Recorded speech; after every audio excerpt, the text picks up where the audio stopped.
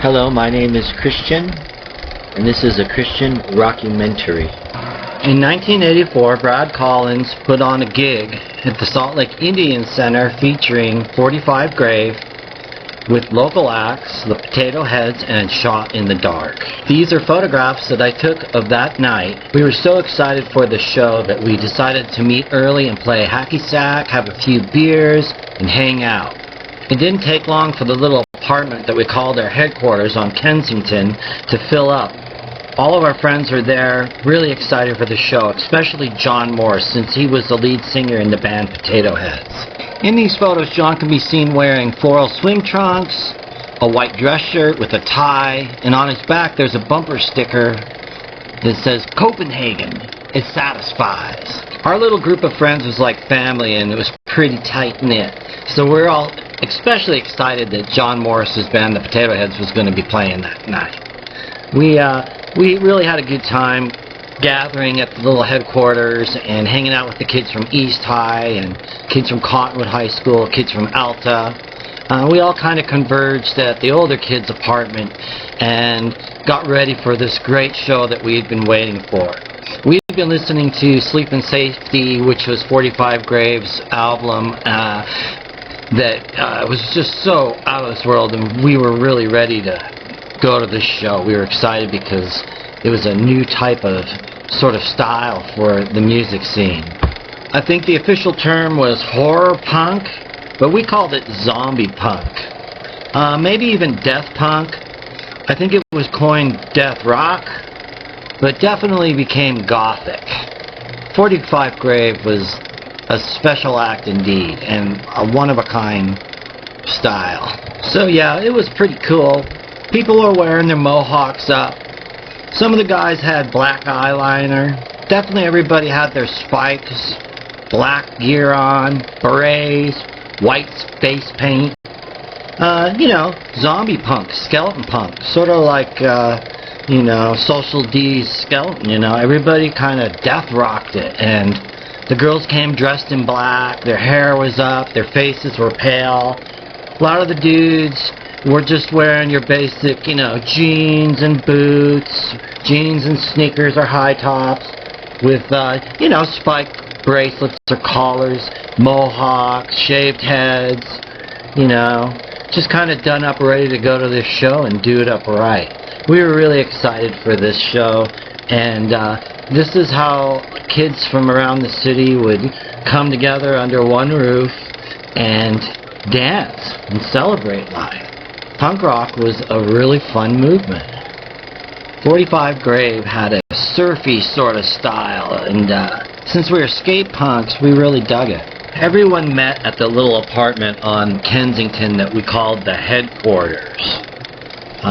This was a place where we would all meet. There were usually no parents around, and we as kids could pretty much joke around, drink, party, go on dates, swear, whatever. It was a place where we could be free as kids in our kind of newfound adulthood, I guess you could call it. Little apartments like this and houses like this one were popping up all over the city, where different factions of punk rockers and little punk rock families and communities were popping up. They were all over the valley, and these little punk rock communities, or factions, if you will, families, would all come together at these concerts when we'd share our love for the music and dance. For many of us, these families were our families, especially for those of us that felt sort of marginalized or kind of felt like outliers, if you will, in the crazy culture that was Salt Lake City in the mid-'80s. Brad Collins, in the phone booth, down in the basement at the Salt Lake Indian Center, the night of the gig. 45 Grave, pictured in front of the famous mural inside of the Urban Indian Center of Salt Lake. It wasn't long before the inside of the Indian Center smelled of clove cigarettes.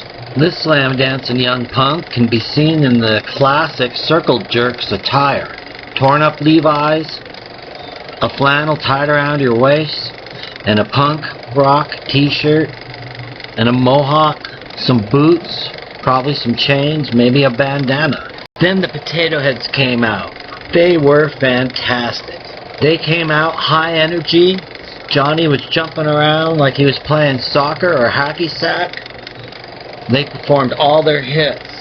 Things from Gravity Party, Under the Sea, Athena, Pulse, Man in the Glass, Beginning of the End, Gravity Party, Change in the Seasons, Frustration, Kiss of Death, you name it. They played it. And we loved it. The crowd went nuts. The punkers in the crowd loved it. Soon, a circle erupted on the floor. People were slamming and circling, laughing, having fun. Somebody would fall into the crowd would throw you back into the circle would keep going. Johnny Moe and those guys, they just really put on a great show. The Potato Heads had a loyal following. I mean, in Salt Lake, they were rock stars. They played all over the place. What was even more fun was the fact that they were our friends. We knew them. So going to one of their shows was something really special. We loved supporting John Morris, Jonathan Clark, Steve Dallimore, Chris Moore, Brennan Welsh. We loved supporting the Potato Heads. We had so much fun at their shows. Song's called Athena.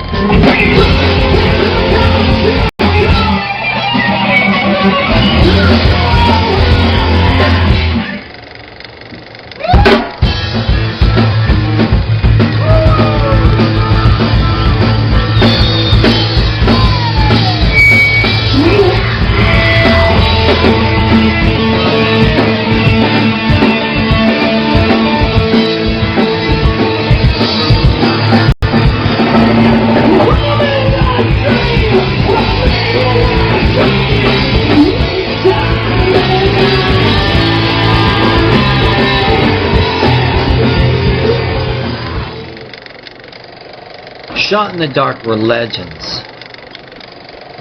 They were playing all over the Salt Lake Valley as well at the same time. You could see them in like Studio 505. They played the Speedway Halloween show. They were just a great band. Lisa played the bass. Gene Parsons was the singer. I think there was a Steve Morrison on guitar and a Kenny Fry on guitar. I'm not sure who the drummer is. I need more information. I've been trying to figure it out. But anyway, they rocked, and the crowd loved them just as much as they loved the Potato Heads. So it was on when Shot in the Dark came out. I think the first time I heard them play was at the Maxim in Salt Lake City. One of my favorite shots at the Wall of Power. There were so many times that we stood in front of that wall of speakers. It's great to remember this. Shot in the Dark definitely owned the stage when they played. Between Lisa's commanding presence and Gene's Mick Jagger-like form of presentation, they owned it, and they knew it. People loved them. They had a great following, too. Shot in the Dark totally ruled in our book. Then the lights went down, and it was time for 45 Grave to take the stage. Dinah Cancer came out wearing a black executioner's hood, a black leather dress, spike-heeled boots, and cracking a bullwhip. We couldn't believe our eyes. At first the punks were sort of stunned, but then the crowd went nuts. The slam pit broke out, the circle began, with Dinah Cancer belting out her lyrics. It was on.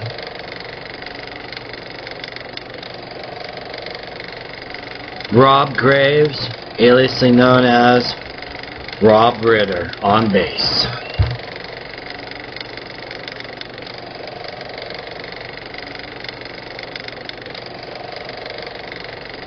I remember their guitarist, Paul B. Cutler, had a particularly ghoulish style. He also, I believe, was in the movie Return of the Living Dead, and he was one of the zombies that picked up the paramedic mic and said, "Send more cops, send more paramedics," I believe. 45 Grave had a song called Party Time that they used in Return of the Living Dead, and it was kind of an anthem to us, too. Another of the great songs that they did that was sort of zombie punk was their version of Polyunsaturated Blood. That was a hit, and boy, the crowd went nuts when they played that. I believe they also used that in Return of the Living Dead. So between songs like Party Time and Polyunsaturated Blood, Black Cross, Evil, Violent World, it gave us lots to rock out to, and the circle just erupted. The show was on. Punks just had a great time. Dinah Cancer was mesmerized. We had never seen anything like these death punkers or death rockers, and with their surfy kind of ride as skate punks, it really resonated with us. So we really just enjoyed this. They were a Southern California horror punk surf rock band, and they can be credited with being the precursors to what became Gothic, or goth. Sure, there were a few other bands that were doing stuff in the same genre at this time. They were definitely surfing the forefront. Kids lined the stage. They were sitting along the front of the stage and along the sides of the stage. They were by the speakers. They were standing right in front. They couldn't wait to see what this band was going to do next. 45 Grave did not disappoint. The show went on into the night. Punks danced. The circle went around. Kids fell down. They helped each other up. But this show just was a blast. Nobody really got hurt, even though it was kind of a gothic death sort of scene. It was a fun scene, and the punks from all over were there to meet each other and dance together and enjoy this wild band that you don't really get to hear on regular airtime much, especially not back then. So it was a real sacred sort of evening, to be honest. I never forgot it, and I'm sure a bunch of these punk rockers that were there didn't forget it. I remember our buddy Britt Welsh went over and met Dinah Cancer in between her songs, and they hugged and talked like they were the best of friends.